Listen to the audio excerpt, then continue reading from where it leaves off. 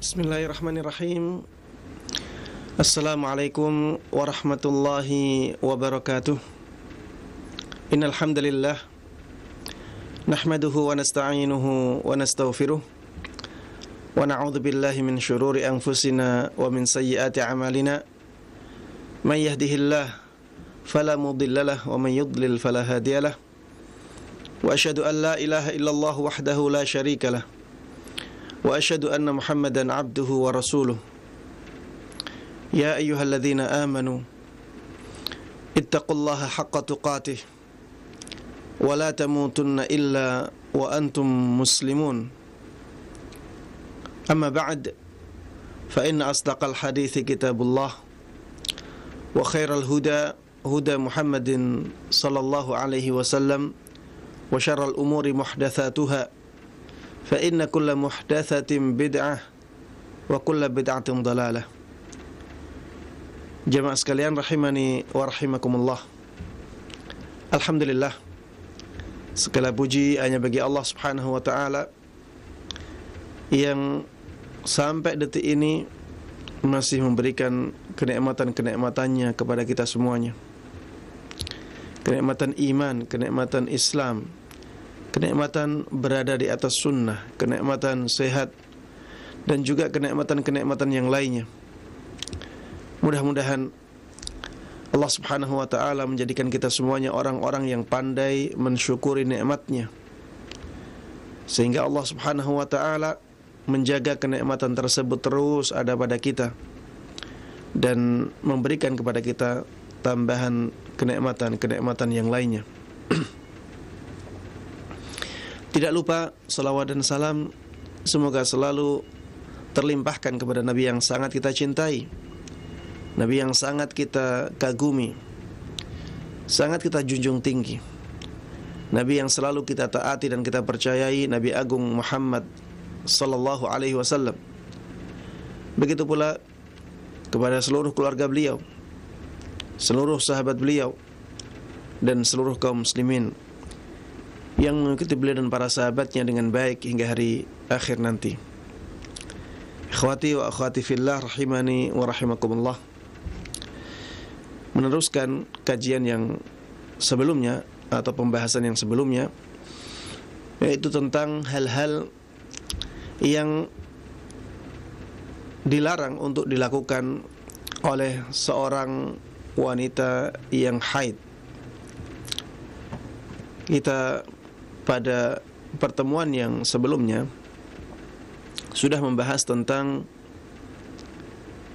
salat, bahwa wanita yang haid diharamkan untuk melakukan salat, dan ini telah disepakati oleh para ulama.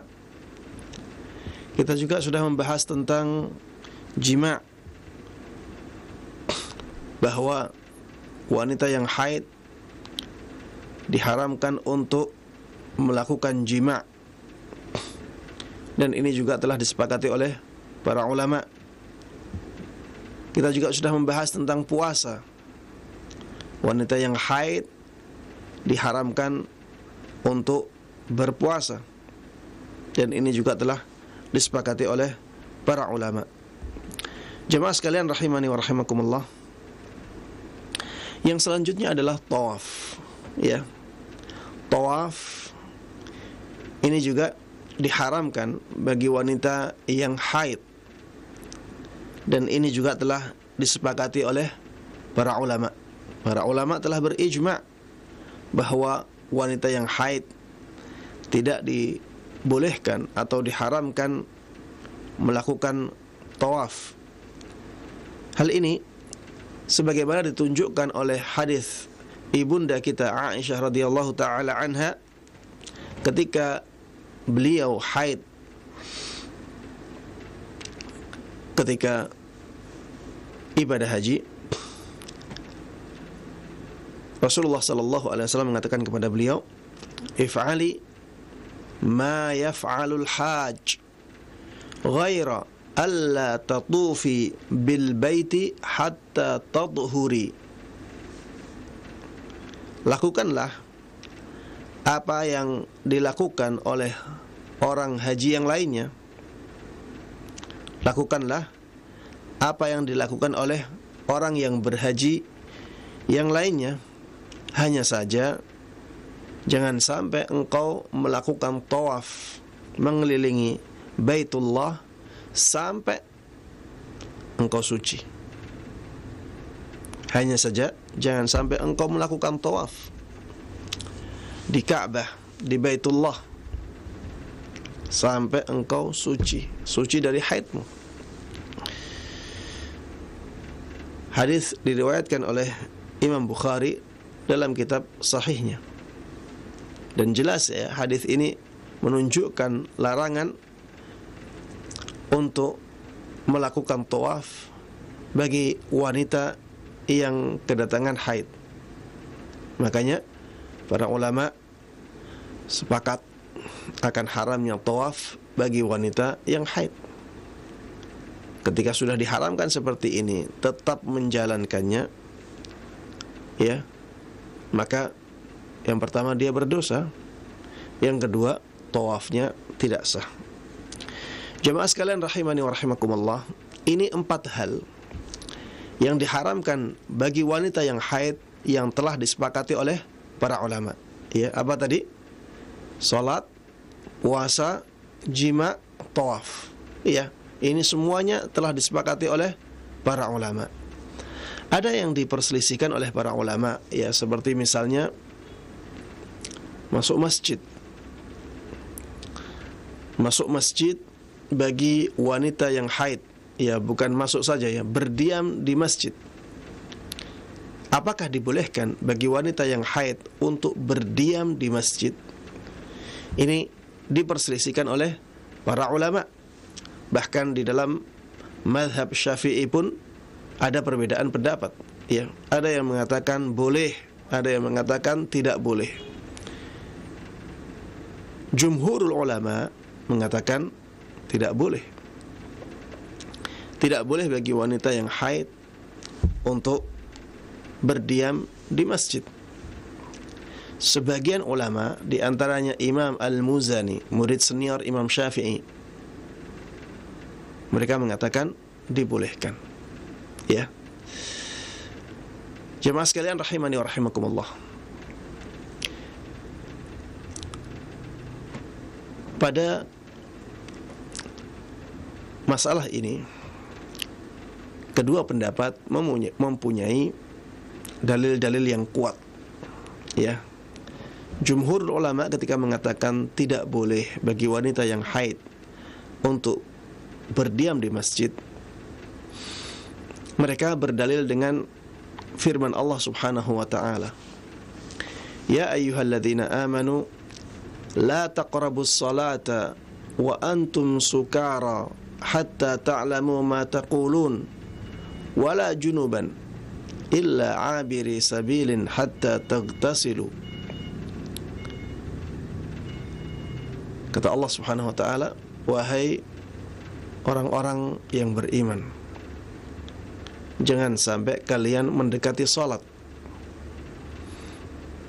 Yang dimaksud salat di sini menurut pendapat ini adalah tempat salat. Jangan sampai kalian mendekati tempat salat. Wa antum sukara, dalam keadaan kalian mabuk, dalam keadaan kalian hilang akal, hatta ta'lamu ma taqulun, sampai kalian tahu, sadar apa yang kalian ucapkan. Wala junuban,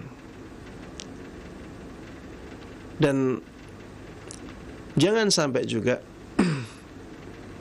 kalian mendekati masjid dalam keadaan junub. Dalam keadaan junub. Illa abiri sabilin hatta tagtasilu, kecuali apabila hanya lewat saja. Larangan ini berlaku sampai kalian mandi. Sampai kalian mandi. Taib. Di sini disebutkan orang yang junub tidak boleh mendekati masjid.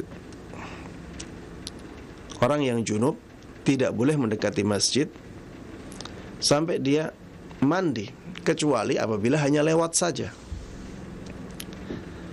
Dan orang yang haid itu juga dalam keadaan junub, sehingga orang yang haid pun berarti tidak boleh berdiam di masjid. Kalau hanya lewat saja tidak ada masalah. Tapi kalau berdiam tidak boleh, sebagaimana orang yang junub, karena haid itu termasuk bentuk dari keadaan junub. Kemudian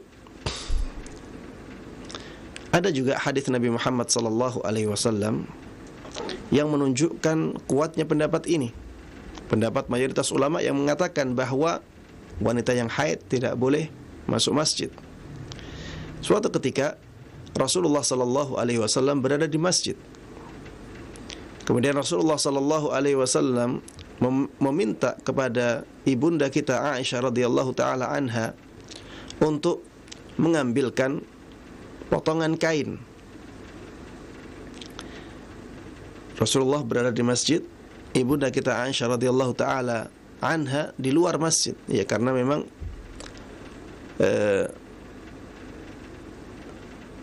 rumah beliau, ya, berdempetan dengan masjid, berdekatan dengan masjid. Ketika Rasulullah SAW meminta kepada ibunda kita Aisyah radhiyallahu taala anha untuk mengambilkan sepotong kain dalam keadaan ibunda kita sedang haid, maka ibunda kita Aisyah radhiyallahu taala anha mengatakan, "Aku sedang haid wahai Rasulullah." Apa jawab Rasulullah SAW? Beliau mengatakan, "Sesungguhnya haidmu itu bukan di tanganmu. Sesungguhnya haidmu itu bukan di tanganmu. Maka tidak ada masalah apabila engkau memberikan kepadaku potongan kain itu, karena haidmu itu bukan di tanganmu." Jemaah sekalian rahimani wa rahimakumullah, apa yang ada di benak ibunda kita Aisyah radhiyallahu taala anha ketika mengatakan, "Sesungguhnya aku haid"? Dan ketika itu Rasulullah sallallahu alaihi wasallam meminta kepada beliau sepotong kain untuk disampaikan kepada beliau ketika beliau sedang di masjid. Yang ada di benak beliau bahwa beliau tidak boleh masuk masjid. Makanya beliau mengatakan demikian. Dan Rasulullah sallallahu alaihi wasallam tidak mengingkari pemahaman ini. Rasulullah sallallahu alaihi wasallam tidak mengingkari pemahaman ini. Berarti pemahaman ini pemahaman yang benar, bahwa wanita yang haid tidak boleh masuk masjid. Rasulullah tidak membantahnya, tapi Rasulullah mengatakan, haidmu tidak di tanganmu. Maka ini bisa menjadi dalil bahwa wanita yang haid tidak boleh masuk masjid. Kemudian ada juga hadis yang diperselisihkan oleh para ulama tentang kesahihannya, yang mengatakan bahwa Rasulullah sallallahu alaihi wasallam pernah bersabda, "Sesungguhnya aku tidak halalkan masjid untuk orang yang haid, ya. Aku tidak halalkan masjid untuk orang yang haid." Ini diperselisihkan oleh para ulama tentang kesahihannya, ya. Ada yang menguatkan hadis ini, ada yang melemahkan hadis ini. Tentunya jumhurul ulama, ya, mereka ketika ada yang berdalil dengan hadis ini, mereka akan menguatkan pendapat yang menguatkan hadis ini.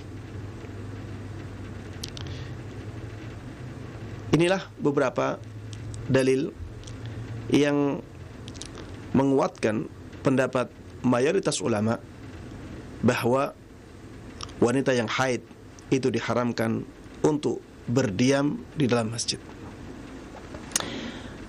Pendapat yang kedua jamaah sekalian, pendapat yang mengatakan bahwa wanita yang haid itu dibolehkan untuk berdiam di masjid. Mereka juga mendatangkan banyak dalil. Mereka mengatakan bahwa dulu di zaman Nabi Muhammad SAW ada budak wanita. Ada budak wanita yang diizinkan oleh Rasulullah SAW untuk hidup di masjid. Di dalam sebuah kemah kecil, tapi kemah itu di dalam masjid. Dan tidak ada penjelasan dari Rasulullah SAW, apabila engkau haid maka keluarlah dari kemah itu, karena kemahmu itu termasuk bagian dari masjid. Dan budak ini budak wanita. Budak ini budak wanita. Dan seorang wanita kemungkinan besar akan kedatangan haid. Tapi ternyata Rasulullah SAW tidak menjelaskan kepada budak wanita ini untuk meninggalkan masjid ketika hari-hari haidnya. Sehingga izin Rasulullah SAW untuk berdiam di masjid tanpa adanya penjelasan yang detail tentang haidnya orang ini, ya apabila haid bagaimana, ini menunjukkan bahwa Rasulullah SAW juga mengizinkan wanita ini untuk berdiam diri di masjid walaupun dia sedang haid. Kemudian jamaah sekalian rahimani wa rahimakumullah, mereka yang berpendapat bahwa wanita yang haid boleh berdiam diri di masjid juga berdalil dengan mengatakan bahwa pada asalnya wanita yang haid itu dibolehkan masuk masjid selama tidak ada dalil yang melarangnya. Dan menurut mereka tidak ada dalil yang kuat yang melarang wanita untuk berdiam diri di masjid. Dan mereka membantah dalil-dalil yang disampaikan oleh jumhurul ulama tentang tidak bolehnya wanita yang haid untuk berdiam diri di masjid. Ketika jumhurul ulama berdalil dengan ayat yang saya sebutkan tadi, la taqrabus salata wa antum sukara hatta ta'lamu ma taqulun wa la junuban illa abiri sabilin hatta taghtasilu. Yang pertama mereka mengatakan la taqrabus shalah. Ayatnya adalah tentang larangan mendekati salat, bukan larangan mendekati tempat salat. Jumhur mengatakan as-salah di situ bimakna al-musalla, tempat salat, yaitu masjid. Tapi yang tidak menguatkan tafsiran ini, mereka mengatakan la taqrabus shalah artinya jangan dekati salat, bukan jangan dekati tempat salat. Dan memang redaksi ayatnya as-salah bukan al-musalla. Ini yang pertama. Kemudian yang kedua, mereka mengatakan ayat tersebut menjelaskan tentang orang yang junub, laki-laki yang junub. Dan junub yang laki-laki itu berbeda dengan haidnya perempuan. Dari sisi bahwa junub itu bisa langsung dihilangkan, yaitu dengan mandi. Sedangkan haid tidak demikian. Maka sisi perbedaan ini menjadikan wanita yang haid tidak masuk dalam ayat tersebut. Sehingga ayat itu tidak bisa dijadikan sebagai dalil bahwa wanita yang haid itu tidak boleh berdiam di masjid. Kemudian tentang hadis yang disebutkan tadi, ibunda kita Aisyah radhiyallahu taala anha mengatakan, aku sedang haid. Dan Rasulullah sallallahu alaihi wasallam menjawab, haidmu tidak di tanganmu. Mereka mengatakan ini tidak menunjukkan bahwa wanita yang haid tidak boleh berdiam di masjid. Kenapa demikian? Karena kata-kata Rasulullah sallallahu alaihi wasallam bahwa haidmu tidak di tanganmu itu bisa dimaknai dengan makna lain, bahwa haidnya dia itu bukan karena kehendak dia. Maksudnya tidak di tanganmu adalah bukan karena kehendak dia, itu kehendak Allah Subhanahu wa taala. Dia tidak bisa mengatur haidnya. Haidmu itu tidak bisa kamu kontrol. Maksudnya demikian. Haidmu itu datangnya tidak sesuai dengan kehendakmu, bukan karena keinginanmu. Itu maksudnya haidmu tidak di tanganmu, bukan karena Rasulullah sallallahu alaihi wasallam membenarkan pemahaman ibunda kita Aisyah radhiyallahu taala anha bahwa wanita yang haid itu tidak boleh berdiam diri di masjid.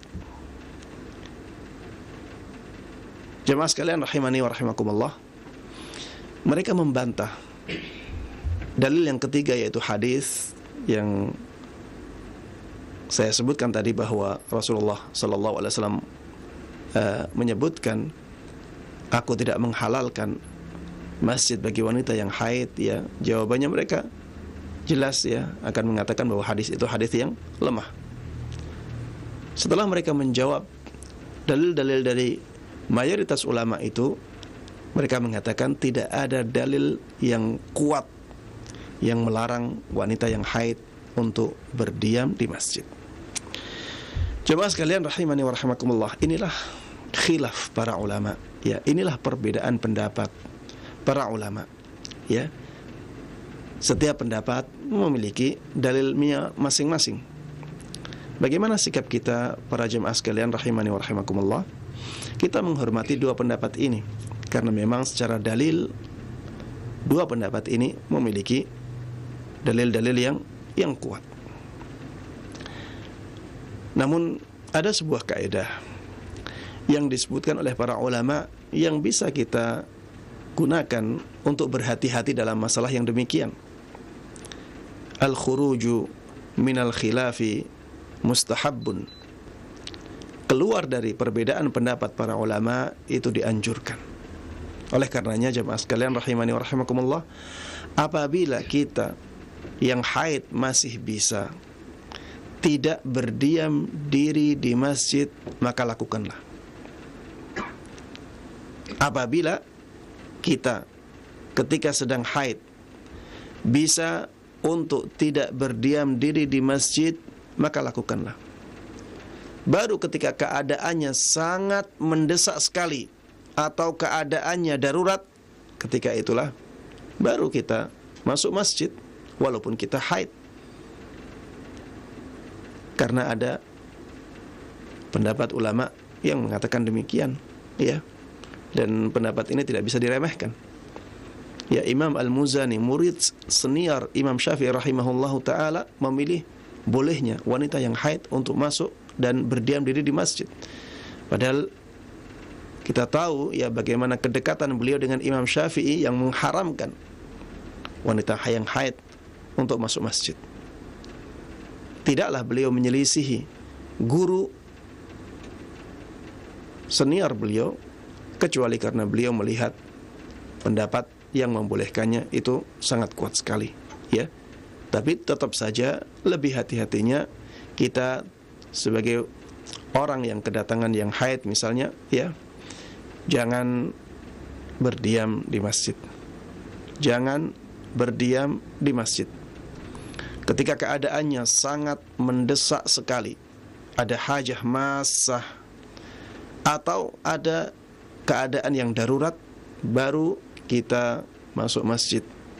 Adapun apabila keadaannya tidak darurat atau keadaannya tidak sangat mendesak sekali, hanya butuh saja, butuh kebutuhan yang ringan, maka ya kita hindari. Jangan sampai kita berdiam diri di masjid, karena mayoritas ulama 4 madhab dalam pendapat yang mu'tamad mereka mengharamkan wanita yang haid untuk masuk masjid. Jemaah sekalian rahimani wa rahimakumullah,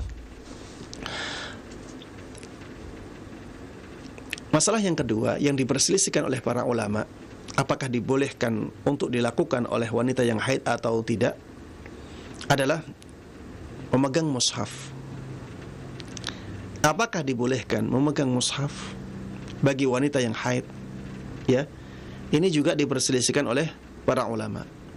Jumhurul ulama, mayoritas ulama mengatakan tidak boleh, diharamkan bagi wanita yang haid menyentuh mushaf. Dan definisi mushaf adalah buku yang mengumpulkan Al-Quran dari awal sampai akhir. Ya, buku yang mengumpulkan mushaf dari awal sampai, mengumpulkan Al-Quran dari awal sampai akhir. Itu yang disebut dengan mushaf. Sehingga apabila ada satu lembar dari mushaf terpisah dan tergeletak di suatu meja, satu lembar saja, maka ini bukan mushaf. Itu hanya lembaran yang ada di dalamnya firman Allah Subhanahu wa ta'ala. Ada dan tertulis padanya ayat-ayat Al-Quran, karena dia hanya satu lembar. Mushaf itu harus berupa kumpulan, berupa lembaran-lembaran yang terkumpul di dalamnya firman Allah Subhanahu wa ta'ala, Al-Quran, dari awal sampai akhir. Inilah yang diharamkan bagi wanita yang haid untuk menyentuhnya menurut pendapat jumhurul ulama. Sebagian ulama mengatakan bahwa wanita yang haid dibolehkan untuk menyentuh mushaf.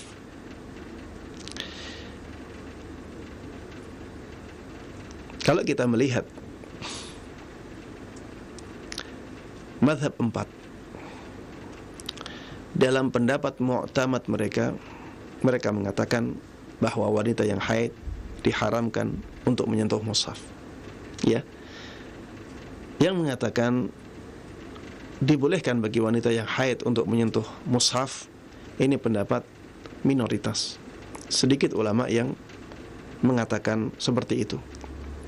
Makanya jamaah sekalian rahimani wa rahimakumullah, lebih hati-hatinya kita apabila kedatangan haid tidak menyentuh mushaf sama sekali. Apalagi jumhur ulama menyebutkan hadis yang sanadnya hasan, la yamassul Qur'an illa wa huwa tahirun.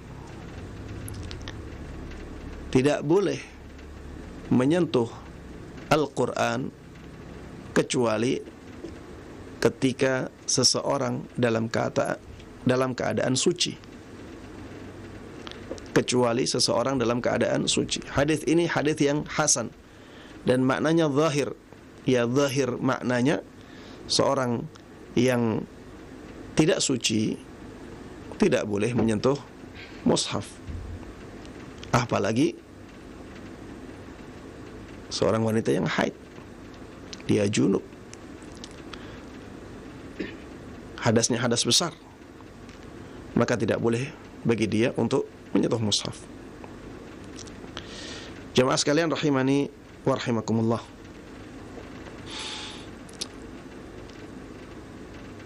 ada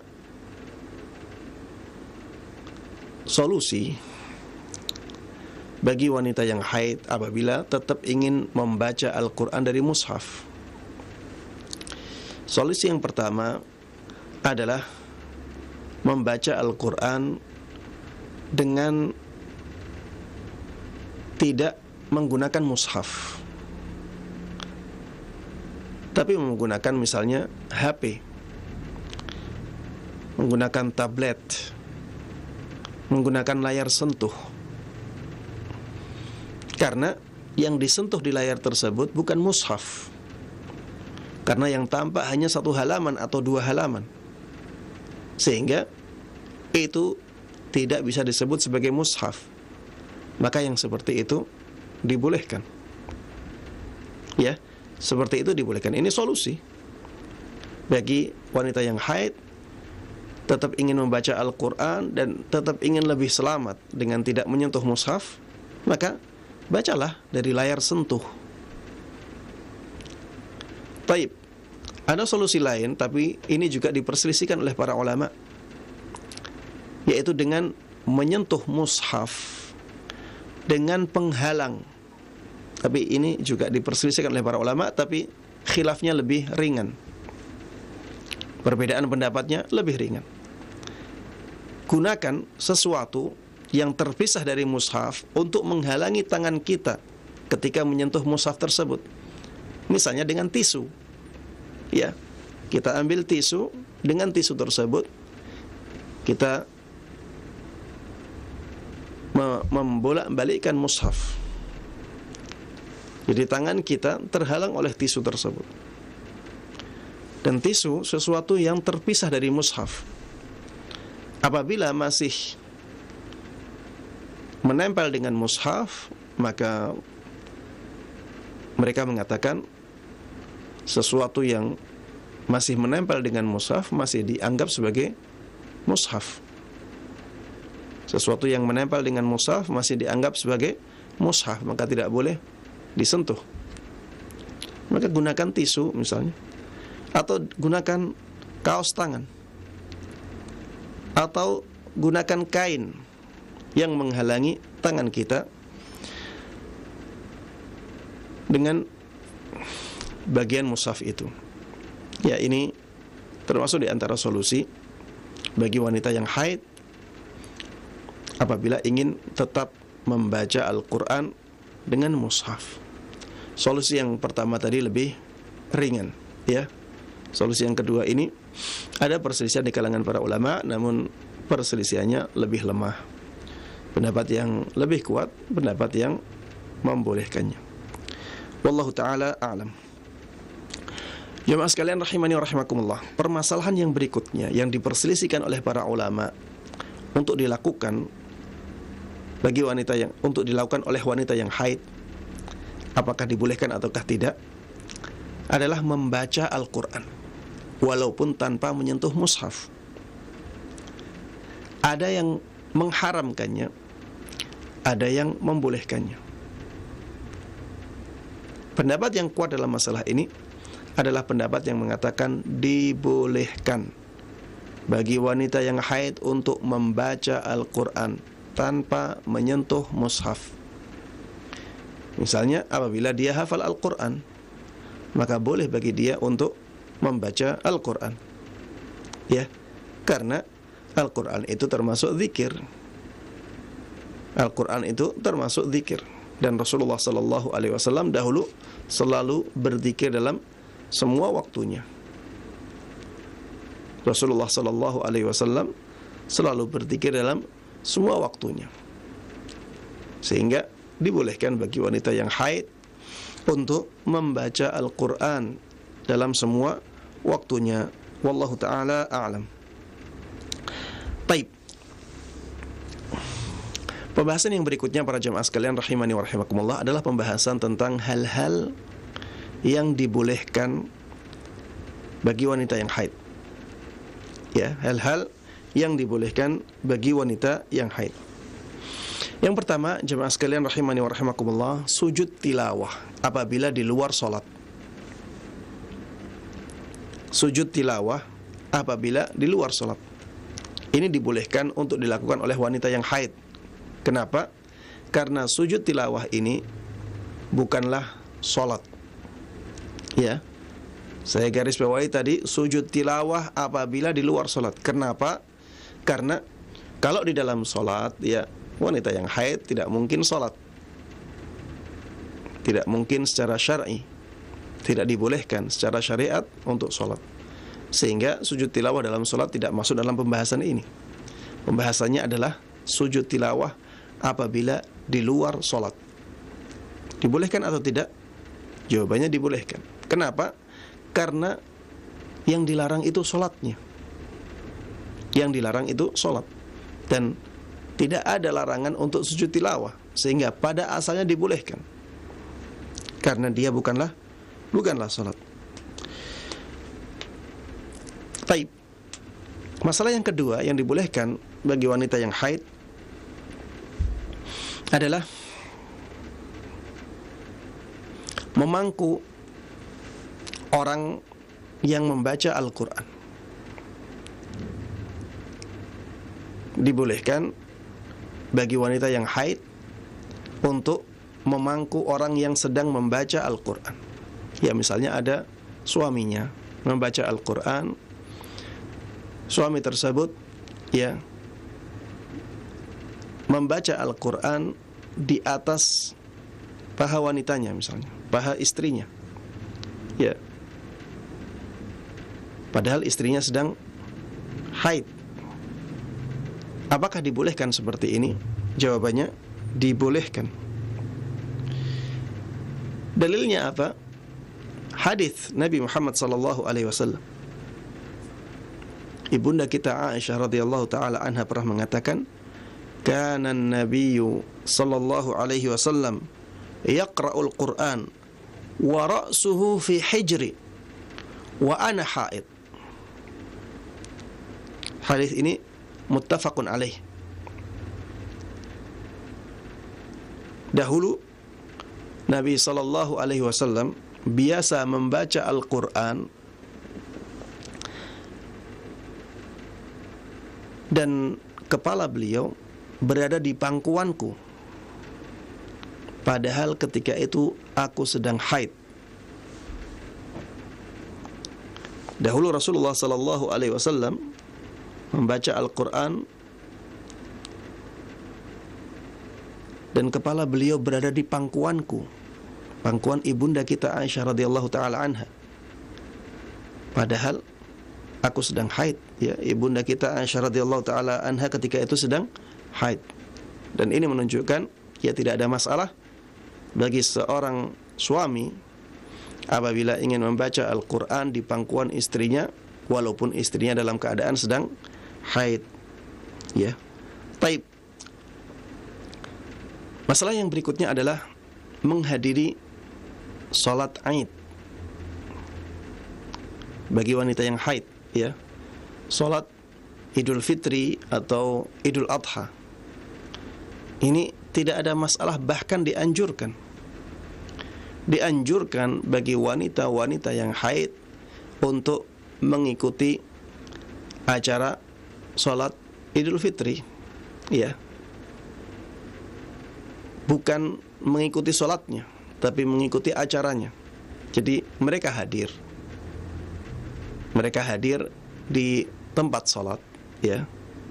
Biasanya salat Id itu di tempat yang lapang di zaman Nabi Muhammad sallallahu alaihi wasallam, bukan di masjid. Ya.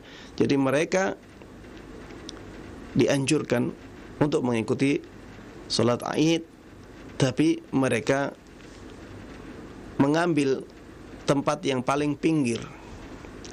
Mengambil tempat yang paling pinggir dan agak menjauh dari tempat orang-orang yang salat, ya. Hal ini berdasarkan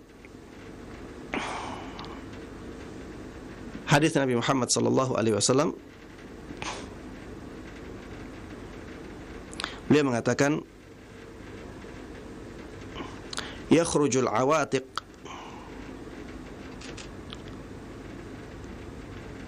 wa dhawatul khudur wal huyyat wal yashhadna al khair wa da'watal mu'minin wa ya'tazil al huyyat al musalla." Wanita-wanita yang sudah baligh, yang masih perawan, dan wanita-wanita yang haid,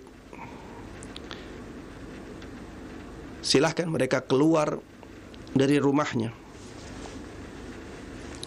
dan melihat bagaimana kaum muslimin dalam kebaikan menghadiri undangan kaum mukminin, dan orang-orang yang haid mereka memisahkan diri dari tempat sholat. Orang-orang yang haid, mereka memisahkan diri dari tempat sholat. Jadi mereka tetap datang, tapi mereka mengambil tempat ya yang paling luar dan agak berpisah ya. Ada pemisah. Mereka agak minggir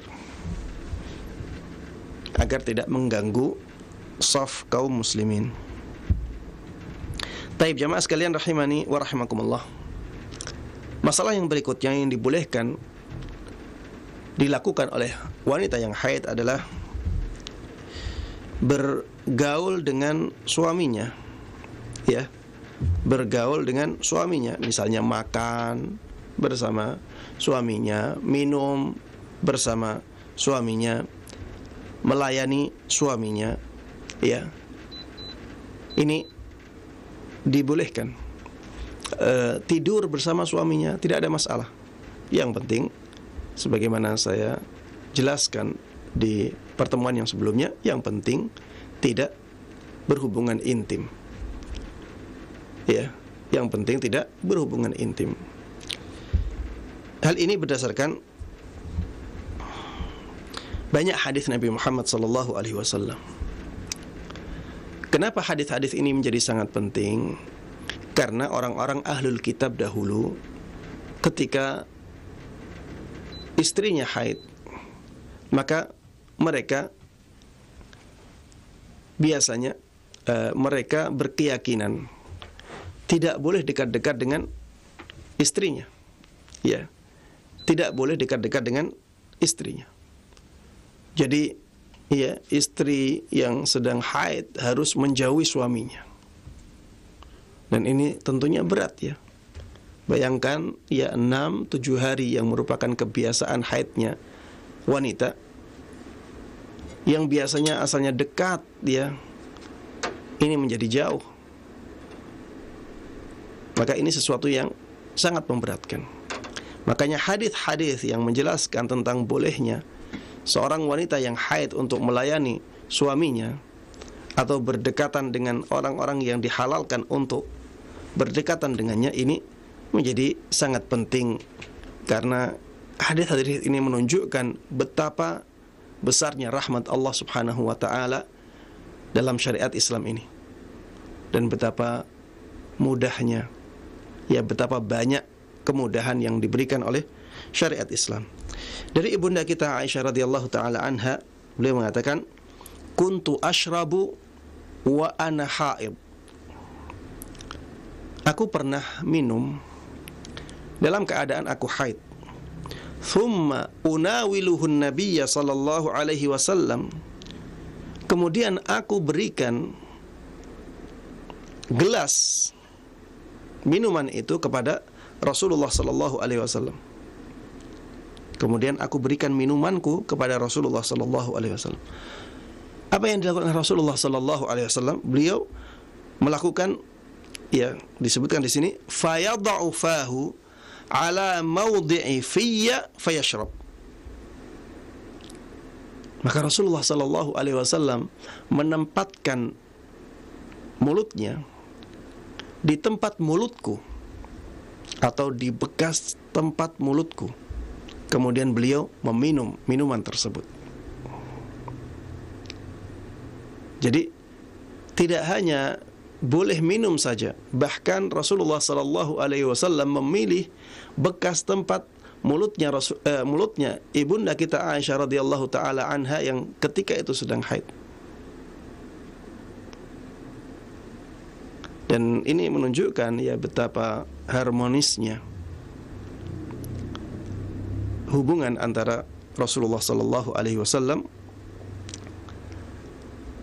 dengan ibunda kita Aisyah radhiyallahu taala anha.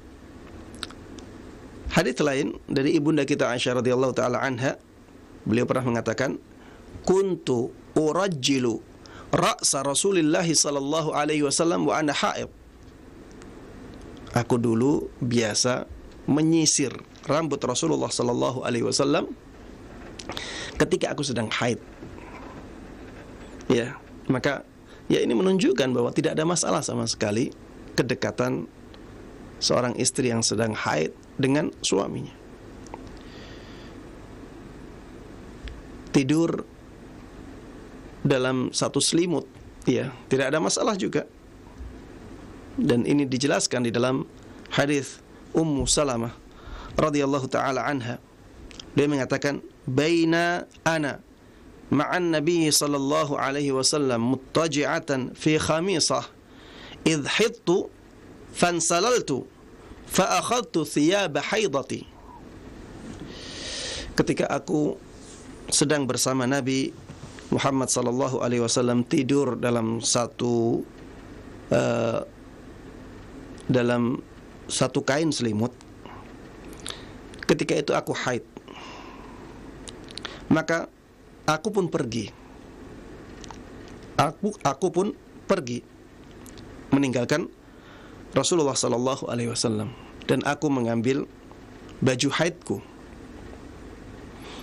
Aku mengambil baju haidku. Ya, mungkin ya di zaman dulu ketika wanita kedatangan haid, ada baju khususnya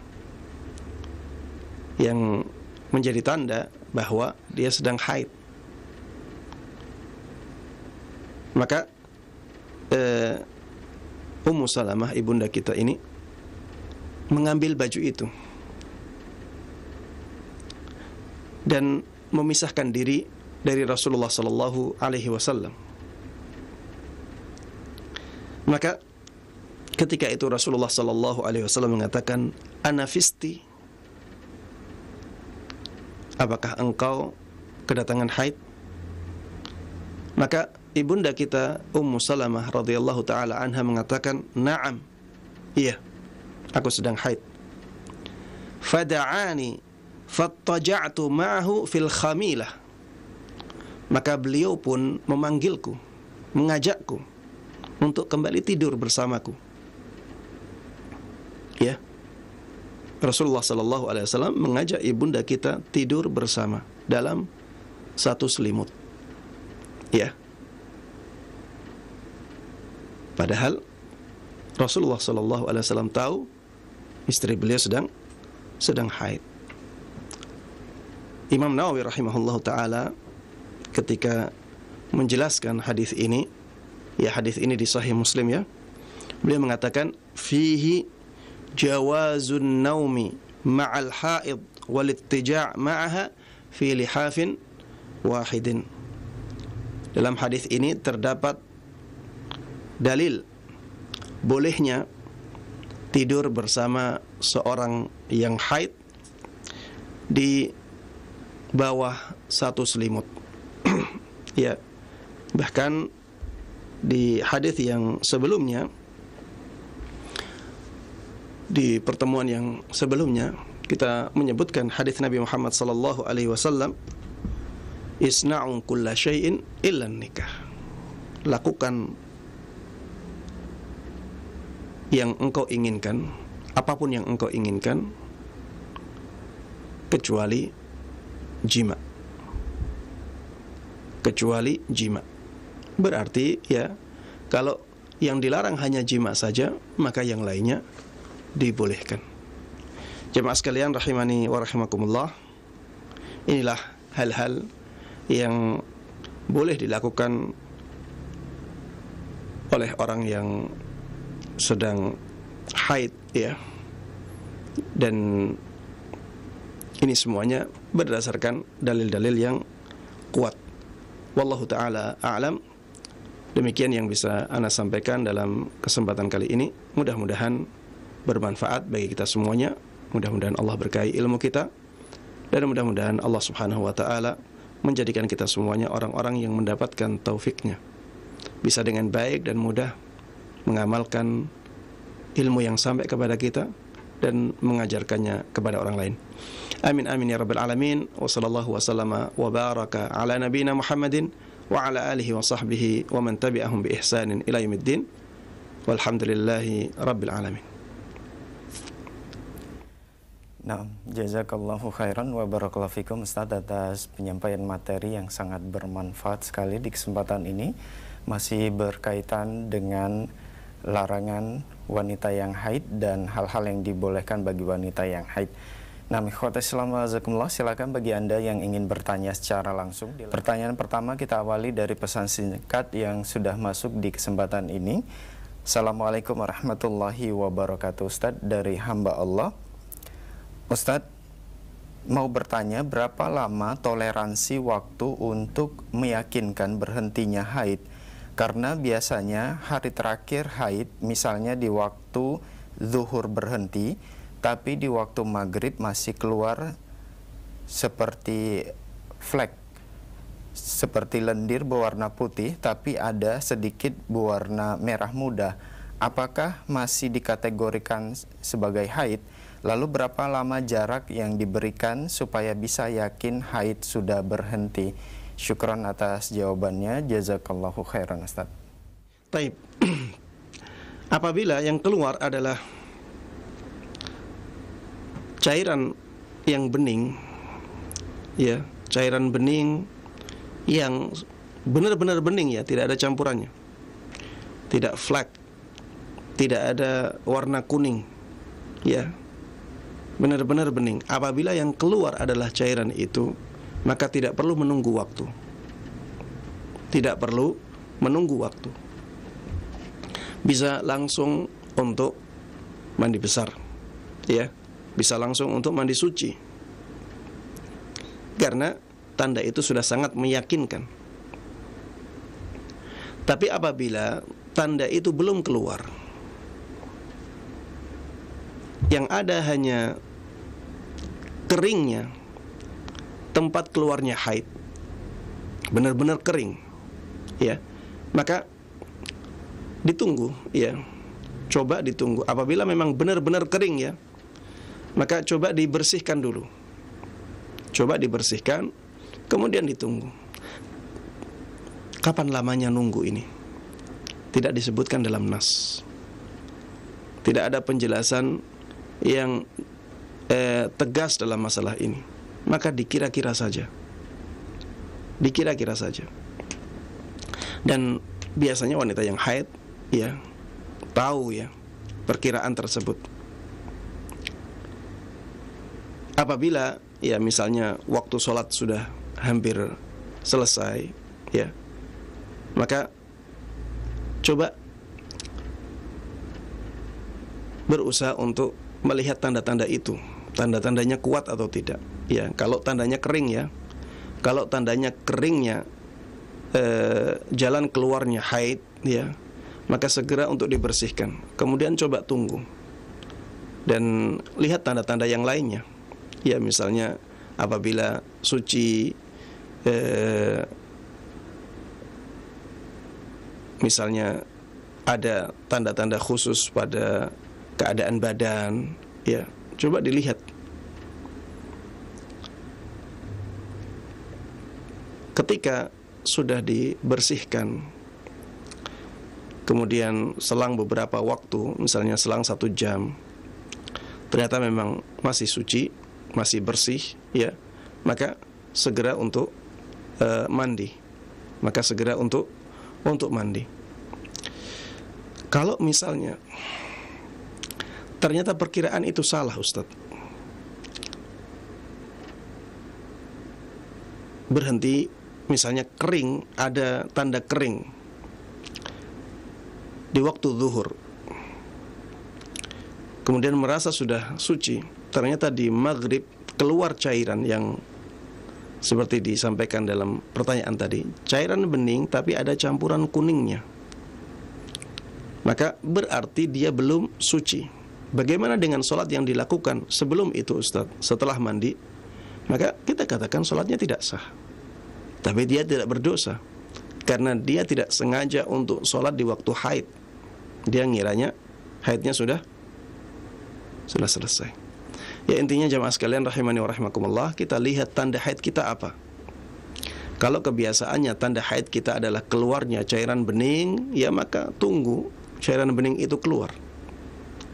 Walaupun sudah kering, tapi kita kebiasaannya yang keluar adalah cairan bening, ya sudah, cairan bening ditunggu sampai keluar cairan bening itu, baru kita mandi.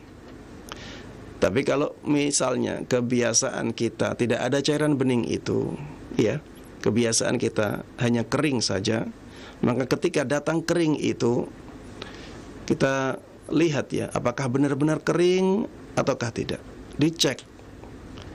Kalau benar-benar kering, ya sudah dimasukkan misalnya tisu ya ke tempatnya itu ternyata tetap kering, ya, maka segera membersihkannya. Jangan mandi dulu.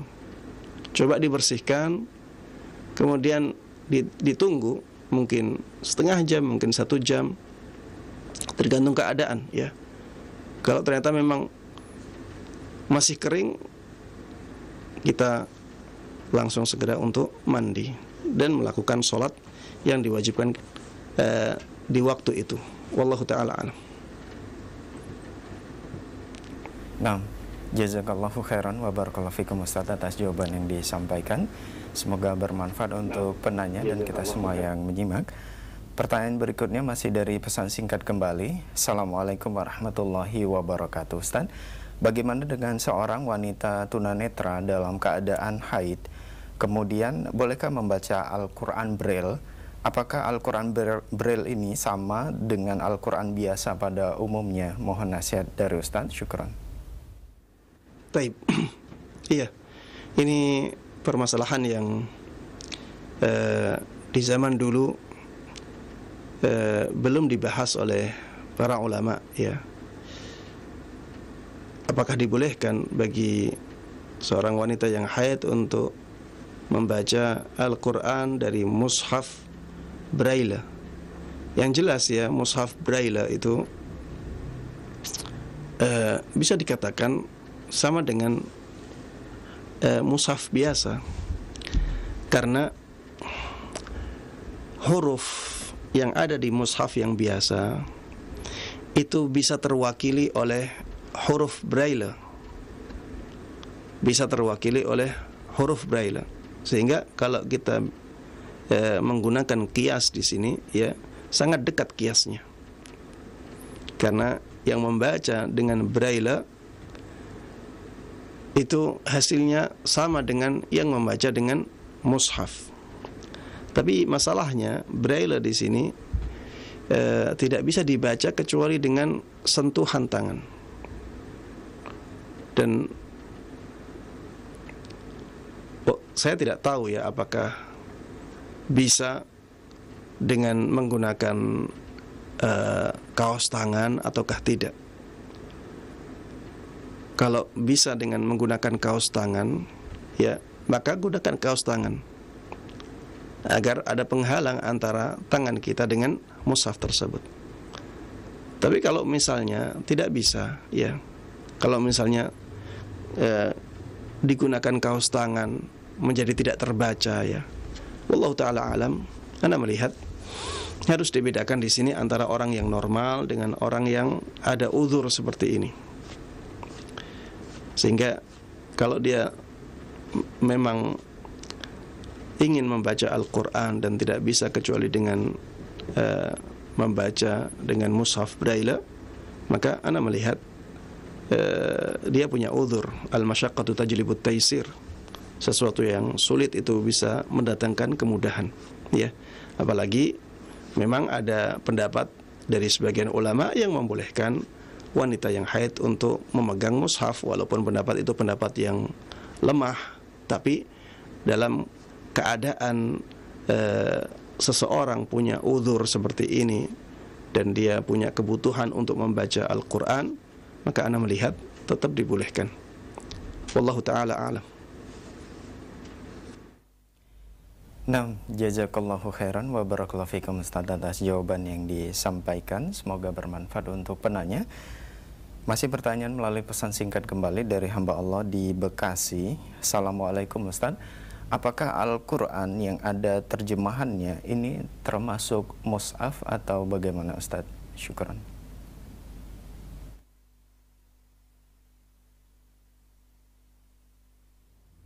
Baik. Ini juga ya pertanyaan yang sering diajukan ketika membahas masalah mushaf ya. Kalau misalnya yang dominan adalah Al-Qur'annya, maka hukumnya tetap dianggap sebagai mushaf Al-Quran. Ya, kalau kita lihat ya, Al-Quran terjemah itu ada yang lebih dominan mushafnya. Jadi mushafnya besar, terjemahannya di sampingnya. Memang kalau kita hitung huruf-hurufnya, lebih banyak huruf terjemahannya, tapi terjemahannya kecil, sehingga mushafnya lebih dominan. Mushafnya lebih dominan. Ketika Quran terjemah keadaannya seperti ini, maka hukumnya sesuai dengan yang dominan. Ya, keadaan dominannya itu mushaf, maka hukumnya hukum mushaf, bukan hukum terjemahan. Tapi apabila terjemahannya lebih dominan, maka hukumnya hukum terjemah, bukan hukum mushaf. Seperti misalnya apabila kita melihat ya, ada mushaf yang ada Quran terjemah yang diterbitkan oleh pemerintah Saudi Arabia yang berbahasa Indonesia. Kita lihat tebal ya. Jadi Quran terjemah itu tebal, dan di dalamnya memang lebih dominan terjemahannya lebih banyak. Tidak hanya terjemahan, ada penjelasan tentang muqaddimah itu, kemudian nanti ada penjelasan tentang keutamaan surat, ada penjelasan tentang ada muqaddimah surat-suratnya. Surat ini ini makkiyah atau madaniyah, kapan diturunkannya, keutamaan surat itu. Makanya terjemahannya menjadi tebal banget ya. Kalau kita lihat seperti itu, maka lebih dominan terjemahannya daripada Al-Qur'annya, daripada ayat-ayat Al-Qur'annya. Maka terjemahan yang seperti itu ya, hukumnya hukum terjemahan, bukan hukum mushaf. Ya, bukan hukum mushaf. Sama dengan kitab-kitab tafsir ya. Kalau kitab tafsirnya dijadikan kecil di pinggir-pinggir, dan yang dominan adalah mushafnya, maka Anda melihat yang seperti ini dihukumi sebagai mushaf karena mushafnya yang dominan. Ya, ada tafsiran yang kecil-kecil seperti itu. Jadi tetap saja yang bagian besar dari mushaf tersebut adalah ayat-ayat Al-Quran, sedangkan tafsirannya hanya di pinggir-pinggir. Maka yang seperti ini dianggap sebagai Al-Quran, sebagai mushaf Al-Quran, bukan sebagai kitab tafsir. Tapi apabila tafsirnya dominan, ya, tafsirnya dominan, Qurannya kecil, tafsirnya yang besar, ya, dan lebih banyak tentunya, ya, tafsir tentunya lebih banyak daripada ayat Al-Quran. Maka yang seperti itu, ya, hukumnya mengambil hukum tafsir, sehingga boleh ya disentuh walaupun dalam keadaan tidak suci, ya. Wallahu ta'ala alam. Demikian yang bisa ana sampaikan dalam kesempatan kali ini. Ya, saya berdoa mudah-mudahan Allah Subhanahu wa ta'ala dengan nama-namanya yang husna dan sifat-sifatnya yang ulya menjaga kita semuanya dalam keadaan baik, dalam keadaan sehat, terutama di masa pandemi seperti ini. Mudah-mudahan Allah Subhanahu wa ta'ala menjaga jiwa kita, menjaga rohani kita, menjaga agama kita, sebagaimana Allah Subhanahu wa ta'ala menjaga dunia kita, menjaga jasmani kita. Amin amin ya rabbal alamin. Dan di akhir kajian ini saya mengingatkan kepada para jemaah sekalian bahwa hari-hari ini merupakan hari-hari yang sangat mulia sekali di sisi Allah Subhanahu wa ta'ala. Sebagaimana Rasulullah sallallahu alaihi wasallam sabdakan, "Ma min ayyamin al-'amalu fihinna ahabbu ila Allah min hadhihi al-ayyam", yakni al-'ashr. Tidak ada hari yang amalan di dalamnya lebih dicintai oleh Allah Subhanahu wa ta'ala melebihi hari-hari ini. Para sahabat bertanya, "Wahai Rasulullah, walal jihadu fi sabilillah?" walaupun itu merupakan amalan jihad di jalan Allah Subhanahu wa taala, ya. Walaupun amalan yang dilakukan di selain hari-hari ini merupakan amalan jihad di jalan Allah, Rasulullah sallallahu alaihi wasallam menjawab, wal jihadu fisabilillah. Walaupun amalan yang dilakukan di hari-hari yang lainnya itu berupa jihad fisabilillah, tetap saja amalan kebaikan yang dilakukan di hari-hari ini lebih afdal dan lebih dicintai oleh Allah Subhanahu wa taala. Walaupun membaca Al-Qur'an, membaca Al-Qur'an di hari-hari ini lebih afdal daripada jihad fisabilillah. Salat sunnah di hari-hari ini lebih afdal daripada jihad fisabilillah. Bersedekah di hari-hari ini lebih afdal daripada jihad fisabilillah. Berpuasa di hari-hari ini juga lebih afdal daripada jihad fisabilillah. Dan juga amalan-amalan kebaikan yang lainnya pada hari-hari ini lebih afdal daripada jihad fisabilillah. Kemudian Rasulullah sallallahu alaihi wasallam mengecualikan satu keadaan jihad yang tidak bisa diungguli oleh amalan-amalan yang dilakukan di hari-hari ini. Beliau mengatakan, illa rajulun kharaja binafsihi wa malihi falam yarji min dzalika bi syai'. Kecuali seseorang yang dia berangkat jihad dengan jiwanya dan dengan hartanya, tapi kemudian dia gugur di medan jihad tersebut sehingga tidak kembali dengan apapun. Orang yang jihadnya seperti ini di hari lain itu lebih dicintai dan lebih afdal daripada amalan-amalan kebaikan yang dilakukan di hari-hari ini. Tapi kalau tidak seperti itu, misalnya tidak gugur di medan perang, ya, hartanya hilang tapi tidak gugur di medan perang, maka amalan-amalan di hari-hari ini lebih dicintai dan lebih afdal daripada amalan jihad di hari-hari yang lainnya, ya. Dan kita punya kesempatan yang panjang, ya. Ini hari kedua, ya, kita masih punya 7 hari lagi, karena sampai hari ke-9, ya. Di hari ke-10 kita sudah tidak boleh melakukan puasa, ya. Sebenarnya 9 hari, ya, bukan 10, tapi digunakan kata 10 untuk litaghlib, ya, untuk mengglobalkan saja. Maka jemaah sekalian rahimani wa rahimakumullah, mari kita benar-benar memanfaatkan hari-hari ini dengan sebaik-baiknya. Apalagi kalau kita melihat, ya, di sekitar kita banyak orang yang mati mendadak.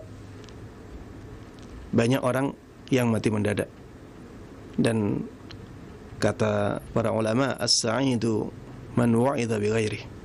Orang yang berbahagia adalah orang yang bisa mengambil pelajaran dari orang lain, ya. Ada kemungkinan kita juga bisa diambil nyawanya oleh Allah Subhanahu wa taala dalam waktu dekat. Bisa jadi ajal kita sudah dekat. Makanya jemaah sekalian rahimani wa rahimakumullah, mari kita manfaatkan waktu yang masih diberikan oleh Allah Subhanahu wa taala ini dengan sebaik-baiknya untuk mendapatkan bekal yang banyak dan sangat penting untuk kehidupan akhirat kita. Baik, demikian wallahu taala alam. Sallallahu wasallama wa baraka ala nabiyyina Muhammadin wa ala alihi wa sahbihi wa man tabi'ahum bi ihsanin ila yaumiddin. Wa subhanakallahumma wa bihamdik asyhadu an la ilaha illa anta astaghfiruka wa atubu ilaik. Assalamualaikum warahmatullahi wabarakatuh.